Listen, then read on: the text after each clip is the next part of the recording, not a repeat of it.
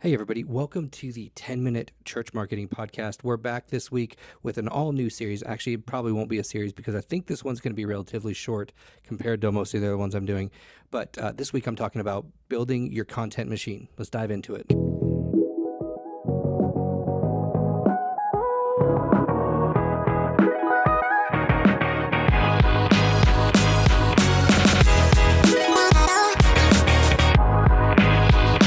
Okay, everybody, building your content machine. What does that even mean? It's exactly what it sounds like. You create a system that will produce content for you. Now, that doesn't mean you're not going to have to do any work. That doesn't mean that you're not going to put any effort in. It's just going to do it automatically. What it does mean is that you have a system in place that's going to help you create the content that you're not normally creating. It still requires effort, still requires work. I hate to tell you this, but no matter what you do, when you are trying to build a social media platform, when you're trying to build a ministry, when you're trying to build something and get out there, it's going to take work, and it's going to take a lot of work, especially with social media, with all of the algorithms and the platforms. Now, you don't have to know everything. You don't have to be perfect. There are plenty of people who start from scratch, never spend $1 on ads, and they're blowing up, and that's great. But building this content machine is going to help you be consistent. And before we go on, I want to tell you what it takes to build a social media platform. It's one secret. There's tons of things you can do, looking at algorithms and learning and stuff, but there's one key secret to building your social media platform, to building this content machine.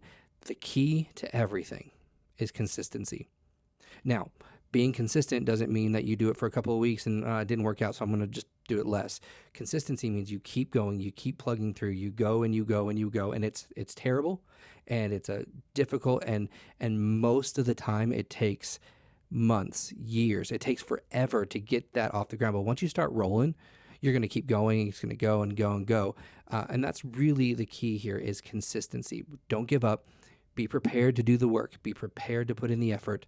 But let me start, and I don't really have 3 tips to do this. I'm just going to give you some things that you can start on practically right now. It's not a comprehensive list. In fact, if you have more, I would love for you to send them to me, to give me some ideas to help churches, to help other people, to post about. So I'm going to give you a few things, but if you have other ideas, go ahead and email me, Shawn, SHAWN, at Sociable.Church, or you can go to Sociable.Church and fill out the connection card at the bottom, communication card. I've been in churches way too long. It's actually just a contact form, but I've been in churches so long that it's connection card now. Anyways, so the first thing you can do to build your content machine is look at what you're already producing. That is the first and foremost step. What are you already producing? Well, you've got your Sunday morning services. You're already producing those. You're having those. Most of the churches in the country, if not the world, are now live streaming, which means you're recording in some way. And if you are live streaming without recording, which is not an easy thing to do, it is possible to live stream and not record. But if you are live streaming and not recording, start recording. Just press the record button. Or if you're live streaming to Facebook, go to Facebook and click the button.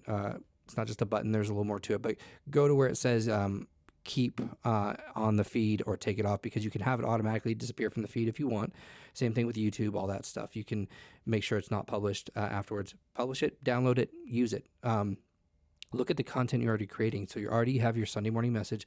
I do want to stress this. Do not use your Sunday morning message as the only form of content you have, because one, people have already seen it. You've got some people who came to your service on Sunday or who watched the live stream. They've already seen it.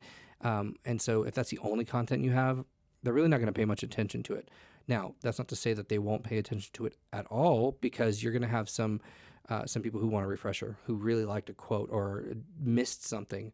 Whatever the case is, you're going to have people who like it, who have already seen it, but you're going to reach an audience that didn't see it. But most of the time, when it comes to your Sunday morning messages, that's not really what's going to get that new person. That's not really what's going to build your platform. That's not really what's going to draw new people in, most likely, because you can get that everywhere. I mean, there are churches, there are mega churches all over the country who have these, I hate to say this term, rock star pastors, but they have these pastors who are super dynamic speakers, and they're live streaming. So their content's out there too.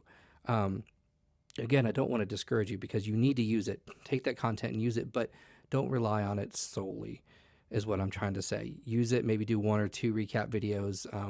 Look at what other churches are doing. Look at what successful churches are doing. And success is relative, but look at the churches that are getting a lot of engagement on their stuff. That's what success on social media is the engagement.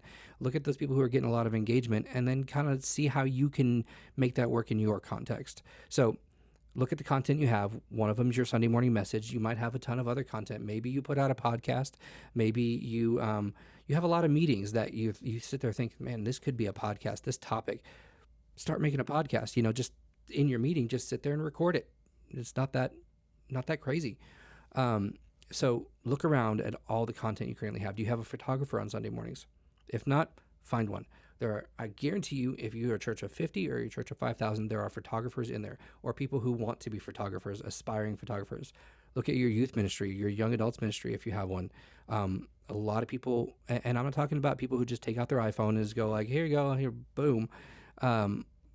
Real photographers invest in a camera. Doesn't have to spend $10,000. You can spend, $500 to $1,000 on a camera, a decent one and you upgrade as you can. If you can afford a nicer camera, get one. But look for those people who are willing. If you don't have anybody who knows how, look for somebody who wants to learn, and then invest in them. That's side note here. Investing in your volunteers and investing in your people is a great way to build loyalty and to build a community and to just, be a good human, be a good follower of Jesus, because those people want to help you. They want to serve the Lord. They want to serve Jesus, and they want to do something. And maybe I've always wanted to learn photography, or I've always wanted to learn how to video edit, but they just never had the resources to do it, or had the real motivation and drive to do it. But it's something maybe they even want to do in the future. Well, invest in them. Give them a little bit of whatever they need. If they need a computer, try and find a computer. There's cheap computers out there if you can't afford a good one. If they need training, there's YouTube for lots of training, but invest in some sort of training for them. Maybe get a professional that to come in and show them how to, whatever the case is. Invest in your volunteers. And that's going to help you build that content machine. So the first one, I guess, would be to look at the content you already have, which would be photography on Sundays, stuff at events. You have somebody take videos at events, whatever. So you have content machines within the machine. So you have these things that you're doing. You have the Sunday morning service, you have the kids church service, you have the student ministry, you have the young adults, you have women's, you have men's, you have events, you have all kinds of things going on. That's all content waiting to just be pulled from. And that's just the most simplistic form of content, is just taking videos, taking pictures. And you know what? Platforms like Instagram love that kind of thing. They want to see those pictures. They want to see those recaps. That's not only going to get the people that know you, that's also going to get people to notice you. They don't want graphics. Let me just stop here for just a second and tell you that most social media platforms, unless it's specifically for that, like a platform like Behance. If you don't know what that is, look at Behance.net. It's got a lot of great stuff. But if it's not something like that, it does not want graphics. Facebook doesn't want your series graphic on there. Instagram, people don't care about that, so Facebook doesn't care about that. I'm not saying don't make them, but what I am saying is that's not really the place for it. They want pictures of people. They want interaction. They want videos. They want inspiration. They want something just really cool to see and to elicit some emotions. And so graphics are not the place for that. So grab pictures of people, grab videos of people, grab your sermon clips, whatever you already have. And then 2 is invest in your volunteers. Find volunteers, find people willing to help, whether they know how to do this stuff or not, and start somewhere. If you're a small church and you just don't have a lot of people to choose from, and there's really not anybody who knows how to do it, that's when you put the time and the effort into investing into your volunteers, because what's going to happen is eventually you're going to be able to release it to them, and it's going to take it off your plate. If you're a big church and you have a lot of volunteers, find people who fit in the areas and who are just really passionate and want to do something, and then just let them do it. Let them run with it. And if you look at it and you're like, man, that's just not as good as it could be. Pastor Craig Rochelle had this saying a while back. He said at a place called Global Leadership Summit, he said, Gitmo, good enough to move on. Sometimes it is good enough to move on. And there are tons of business leaders out here who talked about the 80-20 principle. If they can do it 80% as good as you, or 60% as good as you, something like that, let them do it. It's okay if you're not doing everything, because if you're freed up and not doing all of the stuff, if you're freed up to do other things, you can succeed in your ministry while you allow them to succeed in theirs. And it doesn't have to be perfect. You can get to a place of excellence. You can strive for it. You can push for it. It's never going to be perfect. Start somewhere. So 1, look at the content you already have and start utilizing it. 2, find volunteers who are willing to dive in and invest in those volunteers. I don't really know if I have a third one. We can talk about come up with new content, look at different platforms and see what's going on. Move to new platforms. Don't be afraid to try new things. If you get on a platform and that platform, let's say back in 2020, TikTok wasn't really big. In fact, it started off, I believe in 2017 as an app called Musical.ly, which was, kind of big. People would get on it and sing and whatever. But TikTok wasn't huge in 2020, and it could have very well have just completely failed. It could have gone on and people could have just been, eh. But the churches and the people and the businesses who were on it at the beginning, who were consistent and put out the content, they're blowing up. They have millions of followers now, and they took a chance. It took some time. It took some effort. It was a bit of a risk, but time and effort aren't always a huge risk. If time and effort for you are too big of a risk to take, what that tells me is that you are overextended and you need to let some of those things go. But try out new platforms, try something new, be at the forefront of things, see what's happening out in the world, see what people are engaging with and what they're interested in, and then go from there. And then you can take that and build content based around that, find new ways, get new ideas.